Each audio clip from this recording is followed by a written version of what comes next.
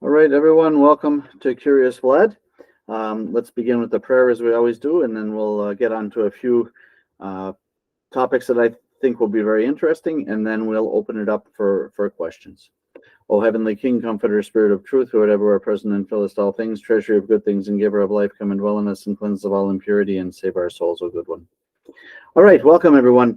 Yesterday we had one of those really interesting gospels that tend to be, it's one of those things that we know it right away as soon as we hear it, and that's the gospel about the camel going through the eye of a needle. It's from Luke's 18th chapter. And actually, what I was going to talk about in the sermon got put aside. I don't even know why. We ended up talking more about how we deal with the worldly riches that we have in our society, and as Orthodox Christians, how we find a way to manage those things and not let them become idols that we put in front of God. But what I was planning to talk about is the very end of it, the very last word, where it says, with man, this is impossible, but with God, all things are possible. Because I think that as an Orthodox people, at least in our days, we consistently underestimate what we can do with God's help. And I don't think that's good for us. We shouldn't overestimate it. We shouldn't be silly and say, well, my plane is going down and there's a parachute, but I'm just going to jump out the door without it because I'm sure with God all things are possible. Well, that's stupid, of course. But the blessing was that God put the parachute there, right? So, but at the same time, we tend to err on that other side of not really thinking very much about how we can work with God, and that when we do that all things are possible, especially about our ongoing transfiguration, our struggle to become the sons and daughters of God. And so I want to just urge everyone to ask God's help and struggle sincerely. And if we do that, we can make a lot more progress than we can just on our own, or if we're just asking God's help. So anyway, that was going to be the theme of the sermon. It didn't quite go that way. Sometimes that happens. And hopefully it wasn't terrible because of that. Another thing that I've been thinking about a lot, I don't know why I was traveling all last week, and I'll talk about that in a second, is just the need for us to delay gratification and how important that is in our struggle for transfiguration, how important it is for us to embrace that little tiny bit of asceticism. I want to have something sweet right now. I just feel like it. Well, let me wait 5 minutes, for the sake of Christ. Let me just put that off a little bit and ask his help in my struggle. And it helps us to see that God will help us. And it also helps us in our sort of transfiguration, that we're putting aside the things of the world, even just a little bit, even just delaying it a little bit. It really makes a big difference. So that just keeps coming up in my mind, and I wanted to share it with people. I think it's really important. Now, I was traveling this last week in the middle of the country, in South Dakota and Iowa. I could see Nebraska from where I was at one point, but I didn't visit there. Maybe that'll be another trip. But we started a new mission with Archbishop Peter's blessing in Sioux Falls, South Dakota, in July. Yeah, our first service was actually July 1st. It was the first liturgy that we did. And thank God, there have been several priests who have been visiting and helping. And I went there because there were catechumens that needed to be made, and I'm still officially the rector of the parish, probably not for long, for a good reason, but in any case I am, and so I felt that I needed to do that. And so I went there, and it was really great. A family of 7 people, 5 little ones and mom and dad, decided to became catechumens on Saturday. That's the 27th, the feast of St. Nina. And so that was really great that happened. And I was also, one of the reasons to go on that trip was to visit Sioux City, because in Sioux City, we also have a community. And we happen to have a community with lots of young people and, a lot of zeal and a lot of energy there. And the Antiochians have a community also that's like 100 years old. It's more than 100 years old. But they don't have a lot of people left in the area to kind of support their effort. And so we decided to join the 2 communities.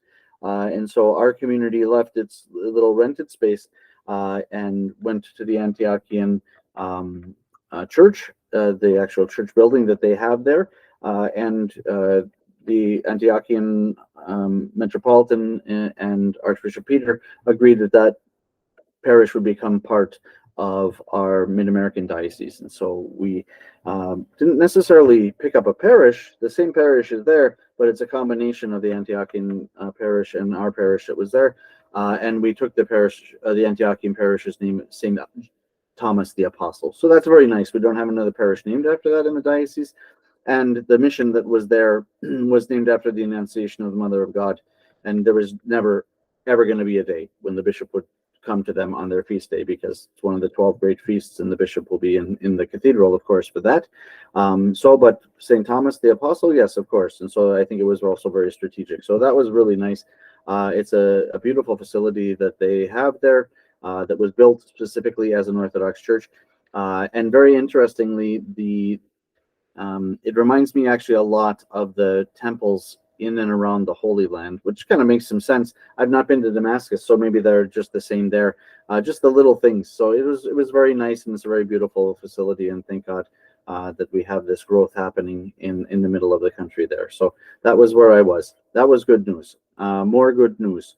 Our Ann Arbor Orthodox Classical Academy, we've been able to get our tuition down to $500 a month per child, which is really great. If you remember, we were much higher at one point, and we were able to make some strategic decisions and massage some things.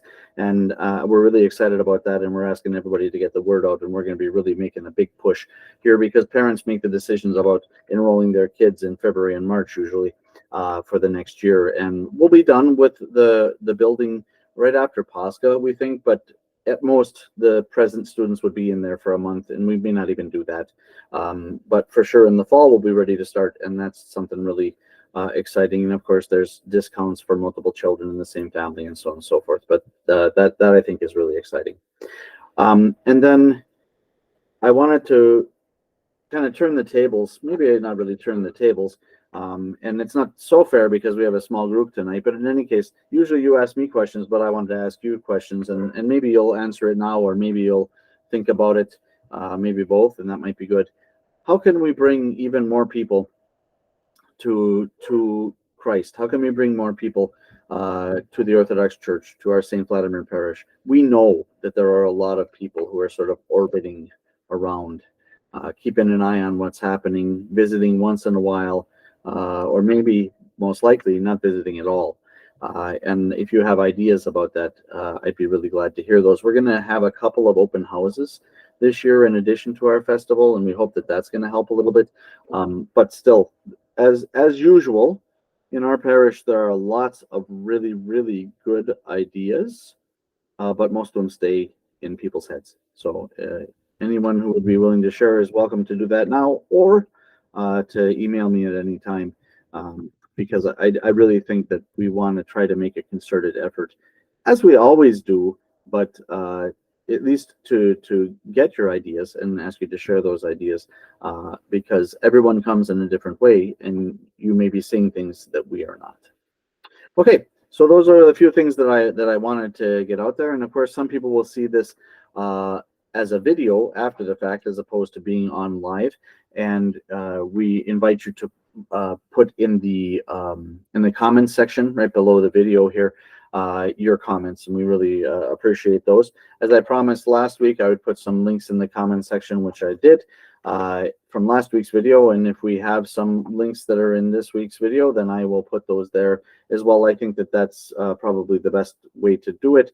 I actually get a small Word file of everything that's put in the comments during our meetings, which is actually really nice, but there's no way to really kind of publish that. So in the comments section is the best way to do that. All right, so let's open up. We didn't have anyone that I could find who submitted questions ahead of time in writing, and that's just fine. But I wonder if those who are listening have questions. Well, I know that you do, but I wonder if you would be willing to share those questions with us here so that we can talk about them and hopefully edify others. So If anyone has a question, please raise your hand. You can see the little hand thing on the bottom of your screen. You just press it, and then I'll know that you want to ask a question, or you can just unmute and ask your question.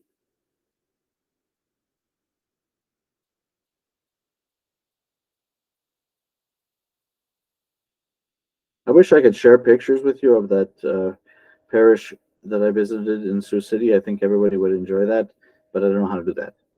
I mean, maybe there's not even a way to do that. I can't think of it from my phone to what we're doing here now. But in any case, it's a nice church, and we're excited that we've grown in this way. I see that Helen has her hand raised. Helen, go ahead. I think you've probably covered this in the past, but I just can't remember what the response was. There's a part of the gospel where a young man wants to follow Christ, but says that he needs to bury his father first. And Christ doesn't find that to be an acceptable response. And because I'm sure there was a lot of ritual in how the Jews cared for their relatives who died, I just wondered what was the point of the way Christ responded to that man? Yeah, this is a very good question, and I muted because I muted my picture because I'm actually going to grab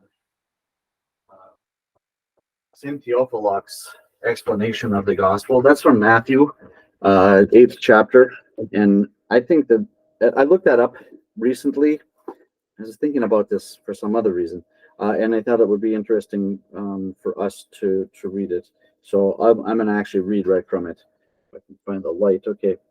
And another, this is from 8, chapter 21st verse, we'll start with. And another of his disciples said unto him, Lord, suffer me first to go and bury my father. But Jesus said unto him, Follow me, and let the dead bury their dead. And now this is the commentary. After one has given himself to God, he ought not to turn back to the things of this life. Indeed, one must honor one's parents, but God first. That this man's father was an unbeliever is evident from Jesus' word, let the dead, that is, the unbelievers, bury their dead. If this man was not even permitted to bury his father, woe to those who, after they have begun the monastic life, turn back to worldly things. So this is about a special dedication to God in the way that, like we would think about monastic life, or even we can say the way that those first Christians lived. Because if we look at the Acts of the Apostles and how they lived, it was a very radical dedication to God that they had there, very similar, in fact, almost exactly the same as the monastic life. On another related and I think interesting, another interesting point here, and this came out during the pandemic. So I was reading this just maybe like a year and a half ago or 2 years ago. There is a correspondence between the two emperors of the Roman Empire went during the time of the first pandemic of the Christian era. Excuse me. So the first two pandemics of the Christian era, which both took place during the time of the persecutions, were both hemorrhagic fevers, right? So something like Ebola. Exactly what it is, we don't know. But it was something like that, because by the descriptions of how people died, it's obvious that they bled to death because of the virus. And so people were just like falling down in the streets and dying. And then, blood coming from their ears and their eyes and their mouth. It was, really very graphic and gory. And so the conversation between the two emperors, though, I think really helps to shed light on what it means to be a Christian. And that's not long after this time that we read about in the Acts of the Apostles. And so essentially, to sum up their conversation, their letters, they agree together that the time of paganism is passing quickly. And why is that? Because these new Christians, not only do they care for their own dead, but they also care for the pagan dead. That is, they see it as part of their spiritual responsibility to bury the dead. Now, they didn't know a lot about how this disease spread, like on a micro level, as we would understand it now. But they did get it that if you touch the dead, you're likely to die yourself. And so the fact that these emperors, these pagan emperors, were essentially saying, "Hey, like we're on the bad side here. Our people run away when somebody dies, and the Christians run towards those who die, and they take them and they bury them, not only their own but also ours." So it's clear that it's not anything evil to care for the dead, but Christ was essentially saying, "Don't go back to your old life. You commit yourself to Christ, you stay committed." Or as it is elsewhere said, once you put your hand to the plow, don't look back. So it's the same essential message. Does that make sense, Helen? Yes, thank you. You're welcome. Yeah, the explanation of Blessed Theophylact, I'll try to hold it up, but usually it doesn't work that well. Well, that wasn't too bad. There we go. Stop it. Look how the AI is fighting. Anyway, this book, I don't think is available in hardcover anymore, but I was looking for it for one of our parishioners the other day, and I believe you can get the soft cover of Matthew, Mark, and Luke, those three, on Amazon, and certainly something in a used bookstore, and there are some big ones online. You could probably find John also, and they're not that expensive. I think they were something like $30 each. I mean, it's not nothing. That's not what I mean, but that's a really good explanation. Saint Theophylact essentially took Saint John Chrysostom and condensed it. Saint John Chrysostom's explanation of the scriptures, and condensed it. And the reason it needed to be condensed is because it's very long. It's very, very long, and which is great for us. It's wonderful. But if you think about how you would access such information in those days, we were still hundreds of years from the printing press when St. John, maybe even 1,000? No, probably not. Hundreds of years from the printing press when St. John Chrysostom was alive. So they weren't just kind of cranking these things out on a press. They had to be all hand copied. And it was really good to have all of his beautiful prose and so on and so forth. But it was also important just to get that information out. And so St. Theophylact's shortening of the thing made it more possible for more people to get their hands on that explanation. So anyway, we have access in English to all four of the gospel accounts by St. Theophylact, and at least somewhat access to it. All Orthodox English books, unfortunately, are printed in short runs, but those are available. And like I said, I'm sure you can find St. John in good shape at a used bookstore. So that's something I think probably pretty good for most home libraries, at least to start picking away at that, to have that handy. It's very, very, very useful. Okay, good. Other thoughts, other questions that folks would like to ask? I'm more than happy to try to answer. Just for the sake of your not having to look at me, I'm going to mute my picture just once again while I put the back. It may never be seen again. Okay, any other questions? Sometimes this is long, it goes more than an hour, sometimes it's short, and that's fine too. I have no issues there. But if folks have questions, I would be happy to answer them. You may be wondering what else would be good for a home library, since I sort of mentioned that in Orthodox library. I think it's very good for us to have at least one sort of catechism book like Father Seraphim Slobodskoy's Law of God. This is a very good book and widely available and not terribly expensive. Also, maybe $30-40. The prologue from Ohrid by Saint Nikolai Velimirovich is great to get your hands on. That's a little pricier. I think a 2-volume set is more than $100. They used to be in a 4-volume set. You might be able to find that used for less, but that's really nice because for every day of the year, It has abbreviated lives of the saints, and it has some sort of like a verse for reflection. It's really really very very nice. Like, as you can spend 10 minutes in the morning or in the evening or whatever, and really get a lot out of it. So, a prologue from Oakrid. I'll write all this down in the comments section too. Is something I think that it is good to get your hands on. There's a really good explanation of the gospel, the epistles, the Psalter by, is it the Psalter? Hold on, I'm not gonna lie to you here. Sure, giving it away. Gospels, the epistles, the apocalypse, and Acts of the Apostles. Sorry, that's what that is.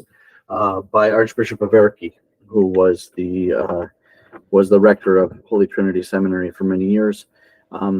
That's available in English too. That's really good. It's a 3-volume set. I don't remember how much it is. I don't think it's $200. You can also buy them separately.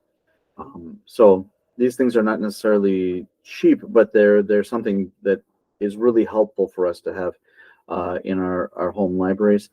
And yeah, you can build the library over time. It doesn't have to be done instantaneously. Another really good book to have in there is Father Michael Pomazanski's Dogmatic Theology. That's widely available. I saw that on Amazon, I think, for like $15 a little while ago, because I sent that to someone. It's very good explanation of why we believe what we believe as Orthodox Christians. That's what dogmatic theology is, why we believe what we believe. It has a nice index. It's really, really good. It was translated by Father Seraphim Rose, and he was a really good translator. Actually, yeah, an excellent translator. So it's very, very good and widely available. So those are a few things that you might think about having in your library. All of us have our telephones, and some of us use them to a greater or lesser extent. There's some really good Bible apps on there where you can access the scriptures in various translations. Most of those are free. Well, I would say that the YOU version Bible app, that's free and it's very good. Father Colin likes the one that's called eSword. That one I think is $3, but it's $3 one time. In any case, I think that it's good for us to sanctify the phone by putting a Bible app on it. It's also good for us to have a Bible, and at christianbook.com you can find really nice Bibles. Usually you can find them with the Apocrypha. You have to dig a little bit. Like there's a King James version, New King James version with Apocrypha. Apocrypha are just the Old Testament books that we accept, and also mostly the Catholics accept those books. Apocrypha means sketchy, for lack of a better term, but that appellation was only added to it after the Protestant Reformation. So they were considered to be sketchy by Luther, but Luther's considered to be sketchy by most other Christians. So take it for what it's worth. But in any case, we never considered those to be questionable. They were always part of the Old Testament canon, and some really important books are in there. So anyway, you can find those things. You can find a Bible like that. I think we bought some for the kiosk. I think they were like $15. Maybe they were $20.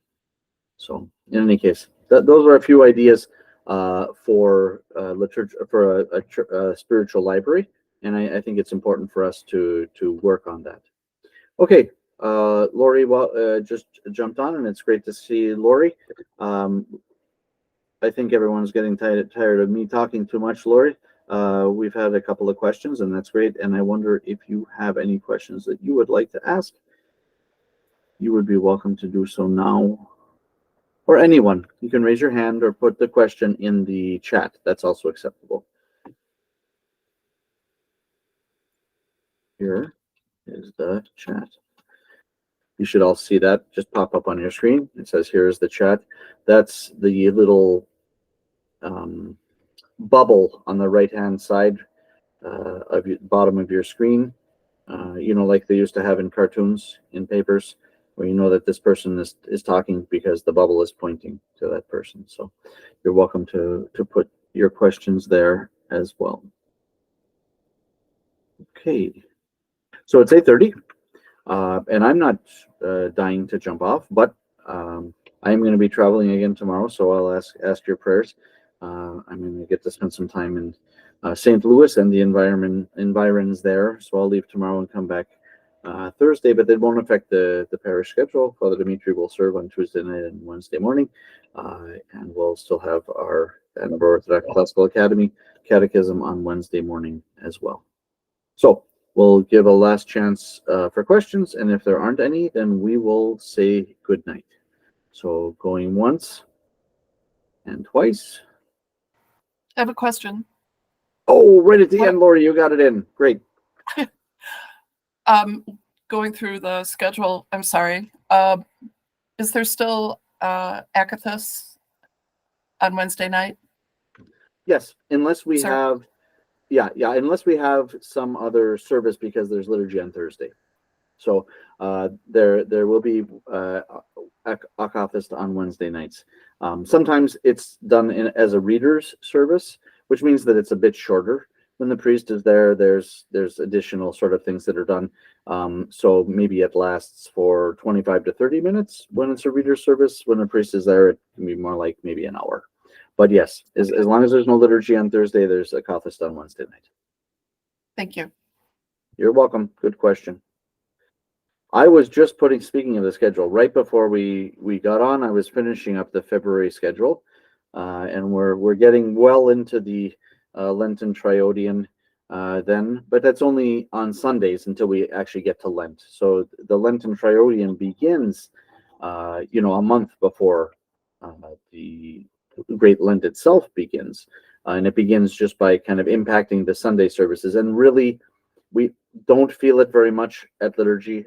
A little, if you're really paying attention, you'll get it. But it's just like a little something at the singing of the Troparia and Cantacia, which is after the small entrance at Divine Liturgy. Where we really feel it is at Vigil. It has a huge impact on Vigil and what's being sung there. So if you've been sort of thinking, maybe I should be coming to Vigil or at least tuning into Vigil on the live stream, this is the time to begin to do that, I would say, because there's a lot of edifying material that comes in through the Triodian. And of course, the theme of the Triodian is repentance, and we need a little time, obviously, to ramp ourselves up for that. At least that's what the Church and the guidance of the Holy Spirit has decided over these 2,000 years. And so we kind of begin the Lenten Triodian even before we begin Lent, and that'll be starting in February. So I thought, well, I better send a note to the other priests, and we have to start deciding who's going to be serving pre-sanctified liturgy. So it's all very exciting from my point of view, because I think the Great Lent is just such a wonderful time of year, and it really it's so edifying for us. But I already many years ago, I realized that I just don't understand how to do Great Lent without the services, and I think that that's true of many people in our parish. Like to just not have any change in your life during this time, I think is really challenging, and so that's why we do the Wednesday evening pre-sanctifieds with a meal, so that everyone gets a chance to get together at least one extra time during Great Lent and sort of be supported by the community, by the divine services, and having a meal together. Yes, it's practical. We get to share Lenten recipes. That's great. But it's also sort of an intimate interaction. That fellowship is important for us, and we need a little extra, I would argue, during Great Lent. And so we have these opportunities, but mostly it's that midweek Lenten, that midweek pre-sanctified liturgy with a Lenten meal. So if you need Lenten recipes, we have them on the website. I haven't posted like in preparation for Great Lent, but I did post some around during the Nativity Lent. And if you just go to our website and go to the search bar and put in recipe or recipes, you'll get a ton, because it's fun to try something new and bring it to the Wednesday evening meal. And instead of experimenting on yourself, you experiment on others and see how they like it. And anyway, it's a lot of fun. So I have really beautiful memories of that from the time when I was a student a long time ago at University of Michigan, and now those midweek Wednesday evening services that really impacted me a lot. So anyway, I'm looking forward to it, and I just wanted to give you a little sneak preview that we're getting ready to get started We won't start Great Lent in February. It will start on the 18th of March, just about as late as it could. Pascha is May 5th this year, and the latest that it could fall is May 8th. So it's unusual that it's this late, but it's not absolutely as late as it could be. It will be on May 8th. I don't remember. Mark and I were talking about this, Reader Mark, because that's his name's day. It's the feast of Saint Mark the Apostle, and we decided that probably we will be alive when that happens. So it must be in the next, decades, but not, centuries, when that will happen. And these things are all. There's a very interesting table that you can find that has the Pascha date scheduled, figured out according to the formula for decades and decades ahead of time. So if you're a really nerd like me, then that's something that you find pleasant. Maybe not everybody does. Okay. Any other questions before we go? Let's give one more chance, since a few folks have jumped on a little bit later in the show. Any questions are welcome, so we'll do that going once and twice and 3 times, but don't hang up. What I am going to do, I did take a couple of links and prepare them, and now I'm lying. I wanted to prepare them, so I'm going to put them in the comments section. I really thought that the lives of the saints from yesterday were extraordinarily useful, powerful, interesting. St. Paul of Thebes, the first of the hermits that went into the desert, and also St. John the hut dweller. And interesting that they just happened to align this year with that gospel from the 18th chapter of Matthew about the rich man, because both of them were quite wealthy and decided that it was more important to gain treasure in heaven than it was to have treasure here on the earth. And so anyway, I think very interesting lives, especially St. Paul, because he was, St. Anthony the Great was the one who found him. St. Anthony is considered the father of monasticism, but St. Anthony found out that actually St. Paul was the first to go to the desert. So anyway, I'll post that sometime in the next few days when the video goes up. So thank you everyone for joining us tonight. It was nice to have you with us, and let's close with a prayer. It is truly me to bless thee, the Theotokos, ever blessed and most blameless, and Mother of our God, more honorable than the cherubim, and beyond compare more glorious than the seraphim, who without corruption gave us birth to God, the Word, the very Theotokos, thee do we magnify. Thank you, everyone. Have a good night.